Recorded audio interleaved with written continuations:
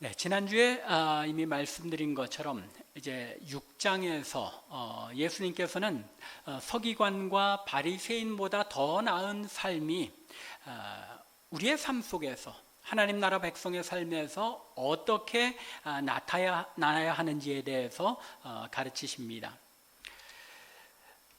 6장 1절부터 18절에 걸쳐서는 그 하나님의 의가 우리의 신앙생활과 관련하여 어떻게 나타나야 하는지, 그리고 또 19절부터 마지막 34절까지는 그 의가 우리의 일상에 매일매일의 삶에서 어떻게 나타나야 하는지로 나누어서 예수님께서 가르치고 계십니다. 특별히 1절부터 18절 말씀, 우리의 신앙생활과 관련해서 예수님께서 가르치셨다고 말씀했는데, 여기서 세 가지 주제를 말씀하셨죠. 그 첫 번째는 이미 우리가 지난주에 살펴본 구제였고, 또 오늘 살펴볼 말씀은 기도에 관한 것입니다. 그리고 다음 주에는 이제 금식에 대해서 우리가 살펴보게 됩니다. 특별하게 이 세 가지 주제를 가지고 말씀하신 것은 이 세 가지 주제를 통하여 우리 신앙생활의 전 분야를 다 포괄해서 말씀하시기 위해서입니다. 먼저 구제라는 것은 우리가 하나님의 백성으로서 누구와 관련된 것입니까? 이웃 사람들, 내 주변의 사람들과의 관계 속에서 우리가 신앙을 어떻게 살아가야 하는가에 초점을 맞춰서 말씀하신 것입니다. 또 기도는 누구와의 관계를 나타내는 것입니까? 나와 하나님과의 관계가 어떻게 맺어져야 하는지, 어떻게 이루어져야 하는지를 가르치신 것이 이 기도에 대한 주제입니다. 또 마지막 세 번째 금식은 무엇에 관한 것입니까? 나 자신을 신앙적으로 어떻게 훈련해 나가야 하는 것인지에 대한 가르침입니다.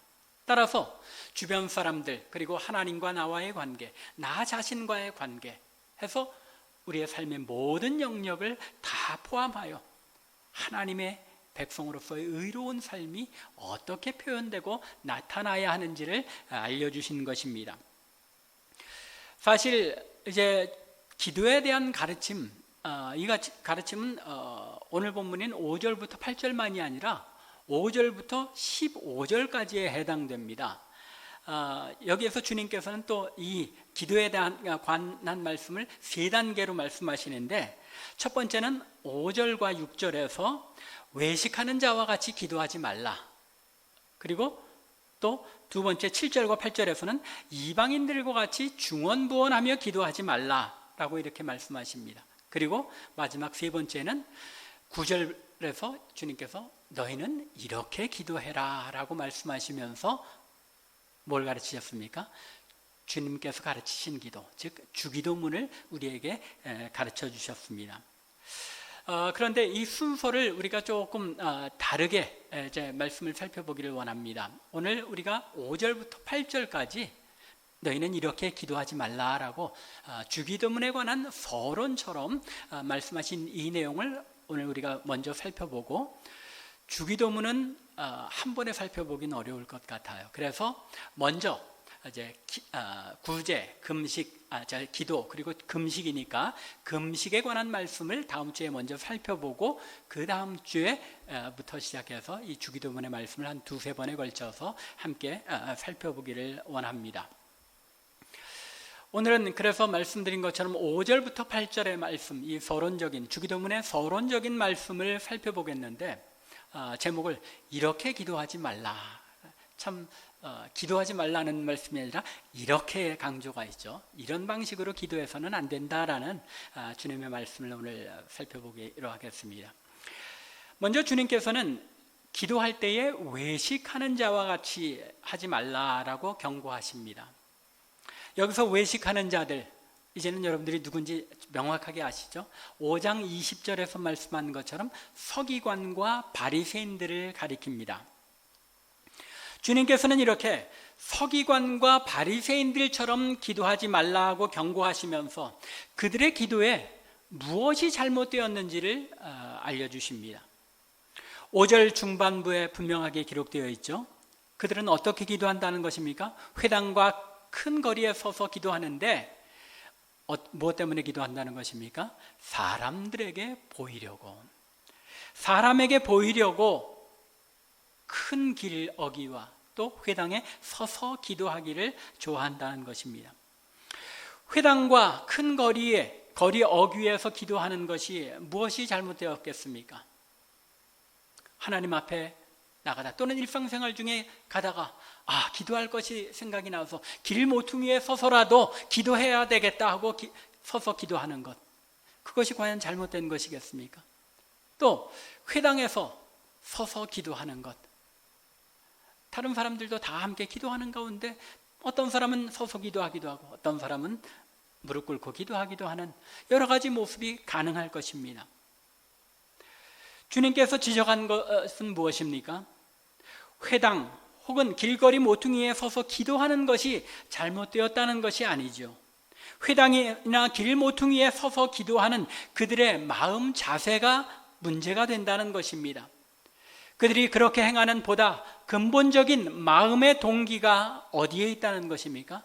사람들에게 보이고자, 사람들에게 보이려고 그렇게 한다는 것입니다.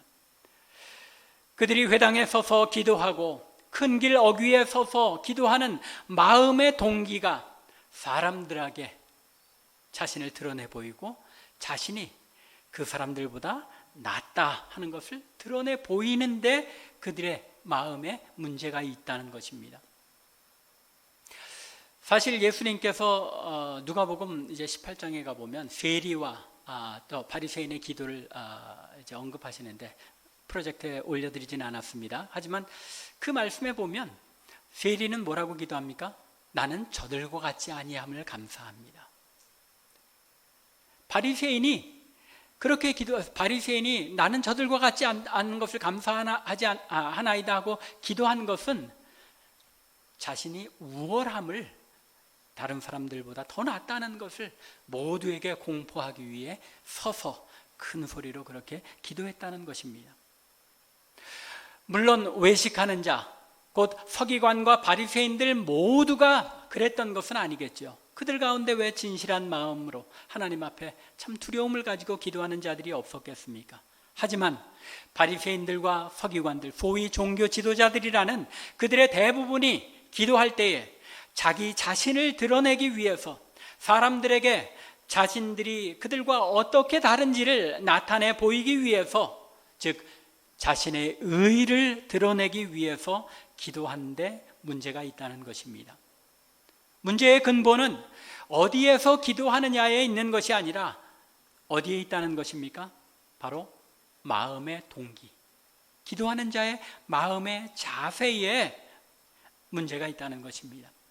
주님께서 지적하신 바에 의하면 그들이 길 모퉁이나 회당에 서서 기도하는 마음의 동기는 자신의 의로움을 드러내려는 데 있었다는 말입니다.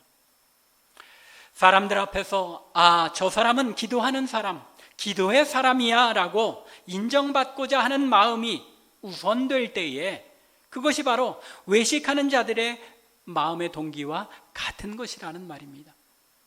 우리의 기도에 참 주의해야 하겠죠. 우리가 하나님 앞에 기도할 때도 우리의 마음의 동기를 잘 살펴야 하는 것입니다.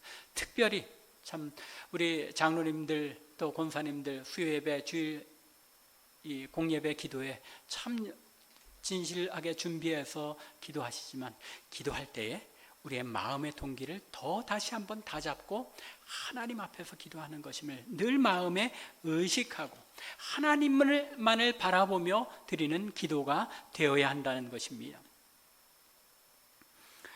우리의 마음에 나 자신을 드러내고 돋보이고자 하는 마음, 이러한 죄성이 자리 잡고 있다는 사실을 기도할 때조차도 의식해야 한다는 것입니다. 참 조심스럽고 두려운 말씀이죠. 기도가 무엇입니까? 기도는 하나님의 백성이 하나님께 나아갈 수 있도록 주신 은혜의 방편입니다. 그런데 이 은혜의 방편을 통해서 하나님께 나아가는 그 기도의 방편에까지 우리 인간의 마음에 자리 잡은 죄성이 이렇게 교묘하게 작용한다는 것입니다.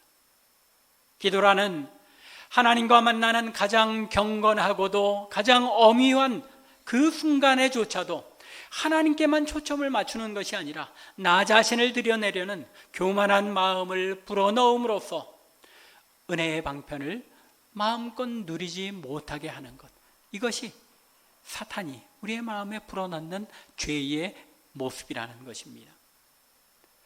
주님께서는 단순히 기도하는 방법 혹은 기도하는 자세에 대해서만 말씀한 것이 아니라는 말입니다.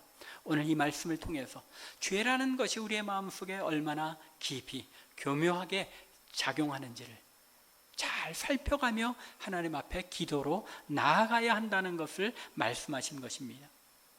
과연 기도할 때 나의 마음의 중심이 어디에 있는지를 늘 의식하며 하나님 앞에 진실하고 간절한 기도를 드릴 수 있는 저와 여러분들 될 수 있기를 주님의 이름으로 간절히 축원합니다. 주님께서 두 번째로 이렇게 기도하지 말라라고 경고하신 내용은 중언부언하지 말라는 것입니다. 7절 말씀이죠. 또 기도할 때에 이방인과 같이 중언부언하지 말라. 이 부분에서 주님께서는 외식하는 자들, 즉 이스라엘의 종교 지도자들과 비교하지 않고 이방인들의 기도의 방식을 언급하십니다. 이방인들의 기도는 중언부언하는 기도라는 말입니다. 여기에 이 중언부언이라는 단어가 우리말로는 그냥 중언부언하고 이렇게 쉽게 사용이 됐지만 사실 매우 독특한 단어입니다. 그래서 여기 헬라어 원래 단어는 바탈로게오라는 그런 단어인데 이 단어가 워낙 희귀한 단어입니다.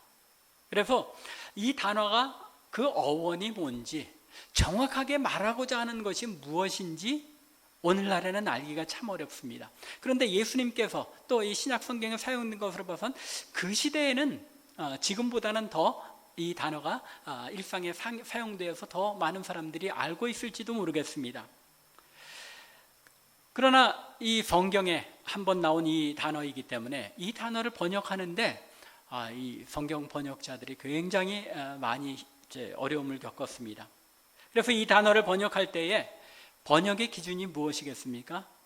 이 단어를 통하여 예수님께서 너희는 이방인들처럼 기도하지 말라라고 말하면서 중언부언하지 말라고 했으니까 이방인들의 기도가 어떤 것인지를 생각해 보면 중언부언이라는 단어가 어떤 의미인지 알겠다라고 거꾸로 되짚어가서 이제 번역을 합니다. 그래서 이방인들에게 기도라는 것이 무엇인가? 그들에게 기도는 사실은 감동적인 말 혹은 언변으로 자신이 믿는 신을 감동시켜서 자신이 원하는 것을 받아내는 것입니다. 그래서 보면은 우리 한국에서도 옛날에 그 지성을 드린다고 그러죠. 얼마나 간절하게 이 손을 비벼가면서 정한수도 놓고 정성껏 자신의 있는 것을 다해서 자신이 원하는 것을 얻어내려고 합니까? 그렇기 때문에 이방인들이 하는 이 기도는 많은 말들과 긴 시간, 많은 미사여구들을 동원하면서 간청하는 기도라는 것입니다. 여기에 근거해서 이 단어를 이제 성경 번역으로 유명한 윌리엄 틴데일이라는 목사님은 이 단어를 수다스럽게 짓거린다라는 그런 뜻을 가진 베블이라고 그러죠. 베블링이라는 그런 단어로 번역했습니다. 또 이제 17세기 성경 번역으로 유명한 킹 제임스 번역, 여기에서는 쓸데없이 반복한다는 그런 뜻으로 vain repetitions라는 그런 말로 번역했습니다.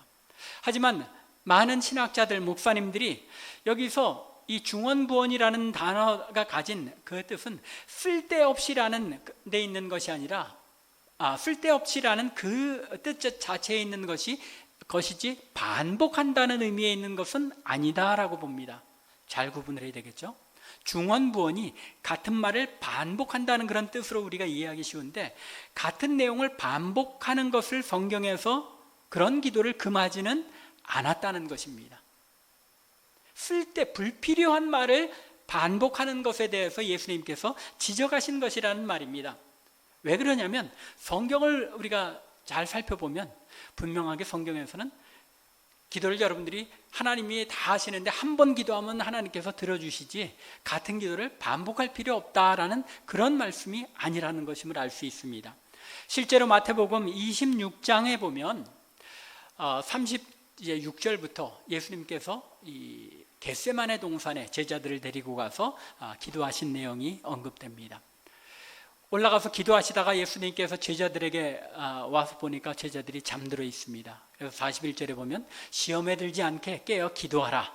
마음에는 원이로되 육신이 약하도다 하고 참 그들을 불쌍히 여기시고 다시 두 번째 가서 기도하십니다. 기도하시는데 내 아버지여 만일 내가 마시지 않고는 이 잔이 내게서 지나갈 수 없거든 아버지의 원대로 되기를 원하나이다 하시고 또 다시 와서 제자들 보시니까 제자들이 여전히 자고 있습니다. 그러자 이제는 그들에게 깨어서 기도하라고 말씀도 안 하시고 다시 가서 세 번째 주님께서 기도하시는데 44절에 보면 어떻게 기도하셨다고요? 세 번째 같은 말씀으로 기도하시는 주님께서 십자가의 그 고난의 길을 가시는 것이 너무나도 힘들고 부담스러워서 그 똑같은 내용을 아버지여 이 잔을 내가 마시지 않으면 안 되겠습니까? 라고 기도한 것을 두 번째도 다시 한번 하나님 앞에 아뢰고 세 번째도 하나님께 아뢰므로써 주님의 그 고난의 길이 얼마나 부담스럽고 힘든 것인가를 아버지께 털어놓고 아뢰었다는 것입니다. 반복의 문제가 아니라는 것입니다. 또 누가복음 18장 3절부터 6절의 내용을 보면 주님께서 과부와 불의한 재판관의 비유를 말씀하십니다. 여기에 보면 한 재판장이 있는데 그 도시에 있는 과부가 자주 그에게 가서 내 원수에 대한 나의 원한을 풀어주소서라고 가서 청합니다.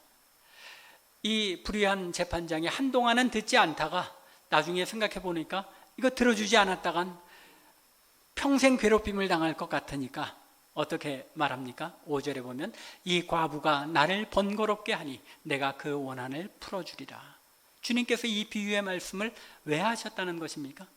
같은 내용이라고 하더라도 그 간절한 마음을 하나님 앞에 아뢰고 아뢰 때에 하나님께서 그 반복된 기도의 내용, 그 간청을 들어 응답하신다는 그런 전제로 이 말씀을 가르치신 것입니다.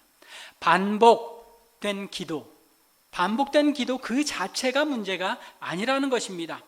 쓸데없이 불필요한 말, 불필요한 미사여구에 휘둘려서 그런 말들을 반복하며 무의미한 말을 늘어놓는 것을 주님께서 지적하신 것입니다. 이러한 사실은 주님께서 오늘 본문 7절 하반절에서 그들은 말을 많이 하여야 들으실 줄 생각하느니라 라고 하신 데서도 분명하게 드러납니다. 하나님께서는 우리가 여러 가지 말로 미사역으로 불필요한 쓸데없는 내용으로 반복한다고 해서 들으시는 것이 아니라 간절한 그 마음으로 하나님 앞에 반복되게 기도할 때 하나님께서 들어 응답하신다는 것입니다. 따라서 주님께서 이방인과 같이 중언부언하지 말라고 경고하시면서 강조하신 것은 불필요하게 마음이 담기지 않은 무의미한 말을 반복하지 말라고 가르치신 것입니다. 즉 주님께서 가르치시고자 한 것은 기도할 때의 화려한 언변이나 기도의 길이 혹은 거칠애로 하는 표현들이 아니라 우리의 마음을 쏟아가며 하나님께 초점을 맞추고 기도하라는 데 있다는 것입니다. 이렇게 이방인들처럼 중언부언하며 기도하지 않아야 하는 이유는 이미 8절에서 주님께서 설명하시는 것처럼 하나님께서 우리가 구하기 전에 이미 우리에게 있어야 할 것을 아시기 때문입니다. 그렇기 때문에 우리는 중언부언하며 기도하지 않아야 한다는 것입니다. 사실 이 8절의 말씀은 기도에 대하여 매우 중요한 사실을 알려줍니다. 기도가 어떤 것인지를 우리에게 알려주고 있기 때문입니다. 사실 이 말씀이 우리 장로교인들에게는 예정론과 더불어서 기도하지 않는 그런 핑계거리가 되기도 합니다. 하나님께서 우리가 기도하기 전에 이미 우리에게 있어야 할 것을 다 아신다면 우리가 굳이 기도할 필요가 있겠는가? 왜 기도해야 하느냐? 기도가 왜 필요한 것이냐? 라고 물을 수 있습니다. 그런데 이 말씀 속에는 분명하게 이 기도라는 것이 어떤 것인지를 정확하게 알려주는 것이, 기도는 하나님과 나와의 인격적인 관계를 위한 통로요 은혜의 수단이라는 것입니다. 하나님과 가장 긴밀하고 가장 밀접한 관계를 맺을 수 있는 것, 하나님의 말씀이 하나님의 뜻을 우리에게 알려줄 수는 있습니다. 그 말씀을 통하여 하나님의 뜻을 깨달을 수 있습니다. 그러나 그 깨달은 말씀을 가지고 하나님께 나아가서 하나님께서 나에게 이렇게 행하라고 하신 것, 이렇게 행하는 것이 옳은 것이지요. 그런 긴밀한 하나님과의 인격적인 관계를 나누는 것, 그것이 기도라는 사실을 오늘의 이 말씀이 알려주고 있다는 것입니다. 하나님께서 이미 나의 필요를 알고 계시지만 나의 필요와 처지를 하나님께 나아가 고하고 하나님께 나의 필요한 것을 받아 누림으로써 아버지와 자녀의 관계 속에서 은혜를 누리며 더 깊은 관계에 들어가는 방편, 그것이 바로 기도라는 것입니다. 나의 필요를 하나님께서 채우시는 것을 인정하고 하나님을 찾는 가운데 우리의 필요한 것들에 대한 염려를 하나님께 맡기며 우리의 믿음을 실행하기 위해서 우리는 기도하는 것입니다. 이 말씀 잘 기억하십시오. 이 칼빈이 한 이야기입니다. 칼빈이 오늘의 말씀을 해설하면서 기도라는 것이 하나님께서 나의 필요를 채우시는 분이심을 인정하는 것, 그리고 그 하나님께 우리가 찾아 나아가는 것, 그리고 그 필요한 것 때문에 우리에게 있는 염려를 하나님께 맡겨드리는 행위로서 우리의 믿음을 하나님 앞에 내어드리고 하나님께서 이것을 해결하실 줄로 내가 믿고 확신합니다 하고 나아가는 것, 하나님과 얼마나 깊은 관계입니까? 이 깊은 관계에 나아가는 것이 바로 기도라는 것입니다. 은혜의 방편인 것입니다. 이 기도의 삶을 여러분들이 누릴 수 있기 바랍니다. 이러한 사실이 자연스럽게 어떻게 기도해야 하는 것인지를 알려주신 주님의 가르침에 주목하게 됩니다. 물론 어떻게 기도해야 하는 것인지에 대해서는 이미 말씀드린 것처럼 9절에서 너희는 이렇게 기도하라라고 가르쳐 주신 주기도문을 살펴볼 때 더 자세히 살펴보게 되겠지만, 주님께서 너희는 외식하는 자들처럼 기도하지 말라, 또 이방인들처럼 기도하지 말라고 말씀하시면서 그 사이에 서론적으로 너희는 기도할 때 이렇게 해라라고 알려주신 말씀이 있습니다. 바로 6절입니다. 6절의 말씀이 양쪽에 이방인처럼 기도하지 말라, 외식하는 자처럼 기도하지 말라라는 그 중간에서 두 말씀을 다 아울러서 너희는 이렇게 기도하라라고 괄호처럼 그렇게 싸고 있는 것입니다. 6절의 말씀 우리가 한번 같이 다시 한번 읽어보기를 바랍니다. 너는 기도할 때에 내 골방에 들어가 문을 닫고 은밀한 중에 계신 내 아버지께 기도하라. 은밀한 중에 보시는 내 아버지께서 갚으시리라. 이 말씀 속에는 우리의 기도 생활에 가장 중요한 것이 무엇인지에 대한 분명한 가르침이 담겨 있습니다. 주님께서는 기도할 때에 골방에 들어가 문을 닫고 은밀한 중에 계신 내 아버지께 기도하라라고 가르치십니다. 기도할 때라는 이 말씀은 우리에게 기도의 생활이 반드시 필요하다는 것을 이미 전제하고 있습니다. 너희가 어쩌다 기도하려면 이렇게 해라가 아니라 기도할 때에 기도하는 삶이 당연한 하나님의 백성의 삶인 것을 전제하고 말씀하셨다는 말입니다. 우리에게 있어야 할 것을 이미 하나님께서 알고 계시기 때문에 기도하지 않아도 되는 것이 아님을 분명하게 선언하신 것입니다. 하나님께서 우리의 필요한 것을 아시기 때문에 오히려 우리는 이 기도의 생활을 통하여 우리의 필요를 아뢰고 간구한 것을 받아 누리는 복된 은혜의 삶을 누려야 한다는 것입니다. 이것이 이 말씀 속에서 주님께서 기도할 때에 당연한 기도의 삶을 통해서 너희가 이런 것들을 받아 누려야 한다는 것을 전제로 말씀하신 것입니다. 또한 골방에 들어가 문을 닫고 은밀한 중에 계신 내 아버지께 기도하라는 이 말씀은, 기도는 반드시 집에 골방을 만들어 놓고 거기에 숨어서만 기도해야 한다는 말씀이 아니라는 것, 혹은 또 대중기도라는 건 필요 없다는 그런 가르침이 아닌 것입니다. 골방에 숨어서 기도하면서도 얼마든지 남에게 나는 골방을 만들어 놓고 기도하는 사람이라는 것을 자랑하며 자신의 의를 쌓는 것도 가능합니다. 이 말씀은 오히려 우리의 기도의 대상이 하나님이신 것을 분명히 알고 하나님께만 초점을 맞추어 기도하라는 가르침인 것입니다. 골방을 만든다는 이유는 은밀하게 숨어서라는 그런 상징적인 표현을 통해서 내 마음이 하나님께만, 하나님과 나와의 그 관계에만 초점을 맞추라는데 강조점이 있다는 것입니다. 주님께서는 이 상징적인 표현을 통해서 골방이라는, 그리고 은밀한이라는 이 단어를 통해서 기도에 있어서 중요한 것이 무엇인지를 가르쳐 주시는 것입니다. 기도를 드릴 때 가장 중요한 것은 하나님과 나와의 직접적인 관계이며, 우리의 기도는 이 직접적인 관계에만 초점을 맞추어야 한다는 것입니다. 기도할 때에 다른 사람들을 의식하거나 내가 어떤 모습으로 비춰지는지에 대해서 생각할 이유가 없을 뿐더러 그렇게 해서도 안 된다는 것입니다. 예를 들자면, 사랑하는 연인이 카페에서 데이트를 합니다.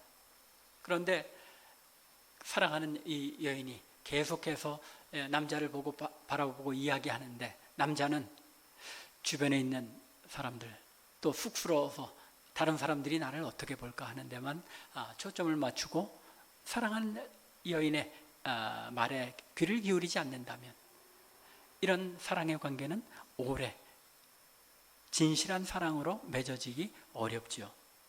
그와 마찬가지로 기도라는 것이 하나님과 나의 직접적인 인격 관계의 통로인데, 기도한다고 하면서 하나님께만 초점을 맞추지 못하고 다른 사람의 눈을 의식하고 나의 기도가 다른 사람들에게 어떻게 보여질지 들려질지를 생각하며 어떻게 더 아름다운 말로 사람들에게 감동을 줄지를 생각하게 된다면, 그것은 하나님을 향한, 하나님께서 받으실 만한 기도가 되지 못한다는 것입니다.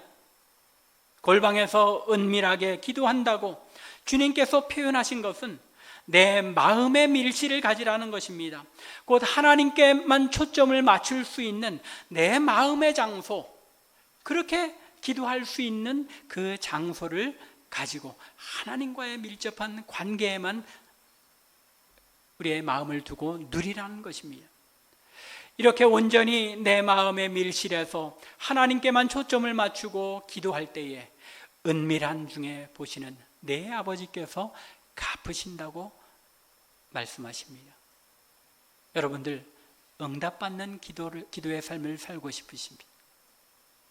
우리의 기도가, 기도할 때 우리의 마음의 중심이 하나님께만 초점을 맞춘 기도가 될 수 있기 바랍니다.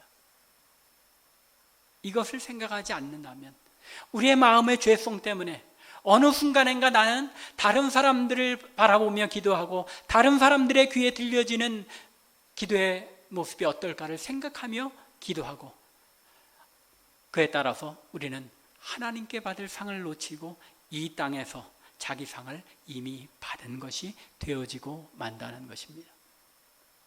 기도를 열심히 할 때도 우리는 주의해야 하는 것입니다. 내 기도의 삶이 어떤지 잘 돌아보아야 한다는 것입니다. 오늘의 말씀을 통해서 나의 기도의 생활은 어떤지 돌아볼 수 있기 바랍니다. 나의 필요를 아시는 하나님이라고 했으니까 기도의 필요조차도 느끼지 않고 기도의 삶을 저 멀리한 그런 신앙의 삶을 살고 있지는 않습니까? 또 나는 기도의 사람이라는 것을 무의식 중에 다른 사람에게 드러냄으로써 이미 나의 상을 다 받고 있는 것은 아닌지 돌아볼 수 있기 바랍니다. 과연 나의 기도는 하나님께만 초점을 맞추고 나에게 있어야 할 것을 아시는 하나님께 진실된 마음으로 간절히 간구함으로써 내 필요를 채우시는 하나님의 은혜를 누리며 살아가고 있는지 늘 돌아보며 보다 깊은 기도의 삶 가운데, 은혜의 삶 가운데 들어가는 저와 여러분들 되기를 주님의 이름으로 간절히 축원합니다. 기도드리겠습니다.